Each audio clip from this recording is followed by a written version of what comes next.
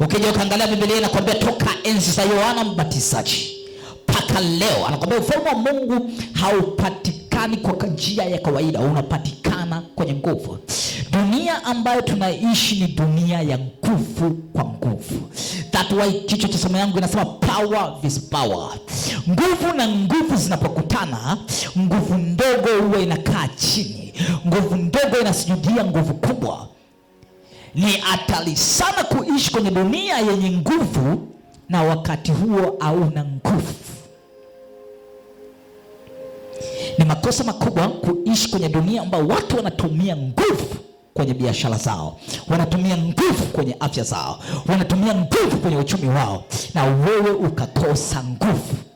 Kwani utarajia kuona hasara, utarajia kuona kuharibikiwa, utarajia kuona mabaya yakitokea. That's why Yesu Kristo akawaambia tangu enzi za Yohana mpaka leo, wanafunzi wangu ninawaambia, mkikosa nguvu mmekosa kila kitu. Ukaenda moja kwa moja kwenye Biblia katika Yohana 20:22, Biblia inasema na Yesu akawavuvia akawaambia, pokeeni Roho Mtakatifu, pokeeni nguvu, pokeeni nguvu. Nini?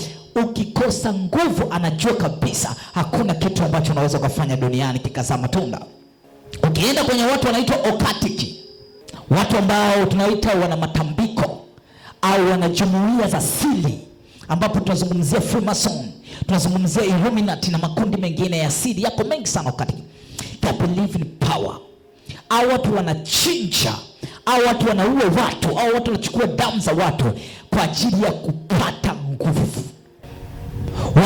Wanaangamiza maisha ya watu, maisha ya wanyama, wanatoa kafara kila siku. Kwa nini? Kwa kupata nguvu ya kuendesha biashara, ya kupata nguvu ya kuendesha makampuni, ya kupata nguvu ya kuweza kusustain mabaya yote.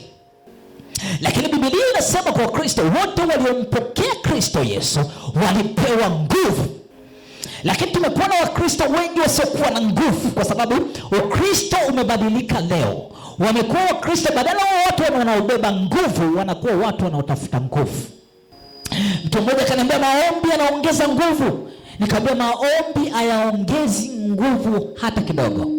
Inategemeana na ni maombi gani ambayo unaomba. Maombi ya kila siku kwenda mbele ya Mungu kuomba kwa habari ya ndoa yako, kwa habari ya gari, kwa habari ya afya yako, hayakuongezei nguvu yoyote, kwa sababu wewe ni kiombaomba mbele za Mungu. Kuna baadhi ya maombi unaomba hayana mchango na kukuongezea wewe nguvu, wewe peke yako kuwa na nguvu. Maombi yanaamsha nguvu ndani yako itende kazi. Maombi yanaamsha nguvu iliyoko ndani yako. Basi nguvu unaipata vipi? Namba moja, nguvu ya kwanza ambayo unaipata, Biblia inasema katika Yohana 1:12, unapompokea Yesu Kristo na kumwamini, ni tayari kuna kiwango cha nguvu kinaingia ndani yako. Hiyo tunasema ni nguvu ya kuanzia. Hii ndio nguvu ambayo inakupa kusustain matatizo. Hii ndio nguvu ambayo inafanya watu wanashangaa, mtu anawezaje kukaa kwenye wokovu akawa sio mzinzi, akawa sio mwashalati, anawezaje kulizika na ndoa moja, anawezaje kulizika na mwanamke mmoja, anawezaje kutembea katika usafi, anawezaje kuishi bila pombe, anaweza kuishi bila bangi, anawezaje kuishi pasipo addiction ya namna yote. Kuna nini? Ni power imeingia ambayo inamwezesha kuweza yale ambayo mwanadamu mwingine hawezi kuweza. Hii ni nguvu ya kwanza ambayo inaingia. Lakini nguvu ya pili ambayo mtu anaipokea ni nguvu ya kuyaelewa maandiko. Yesu akamwambia amwangamii kwa sababu amlijui neno la Mungu. Je, amwangamii kwa sababu gani? Amjui maandiko ya Bwana anasemaje. Je, amwangamii kwa sababu amjui uwezo wa nguvu za Mungu. Hauwezi ukasema unamjua Mungu kama umjui neno lake. Ukilifahamu neno lake unamfahamu yeye. Ukilifahamu neno lake unamjua yeye na uwezo wa kwake. Kwa kuna baadhi ya vitu vinapanda ndani yako kwa sababu umelijua neno la Mungu, kwa sababu umefahamu baadhi ya vitu ambavyo Mungu anasema. Mungu anasema nini kuhusiana na ndoa yako? Mungu anasema nini kuhusiana na biashara yako? Mungu anasema nini kuhusiana na afya yako? Mungu anasema nini kuhusiana na maisha yako ya kawaida ambayo unayaishi, kwa habari ya masomo yako, kwa habari ya chochote unachokifanya? Ukipata understanding ya neno la Mungu unapokea nguvu. Namba 3, ukiamini kweli kweli na ukaliamini lile neno la Mungu kwa meditation, ukafanyia tafakari, na lile neno likakaa ndani yako, linaachia tena nguvu. Biblia inasema mzidi kuwa hodari katika Bwana na katika nguvu zake. Unakuwaje hodari katika Bwana? Namba 3, kitu kingine kikubwa ni maombi ya mahusiano. Je, unaombaga maombi ya mahusiano? Je, wewe na Mungu mna mahusiano? Je, wewe na Mungu ni marafiki? Mungu anasema ninaenda kuiangamiza Sodoma, lakini sitomficha rafiki yangu Ibrahimu. Sitomficha rafiki yangu Ibrahimu, nitamjulisha. Ni kwa sababu gani? Ana mahusiano na Ibrahimu.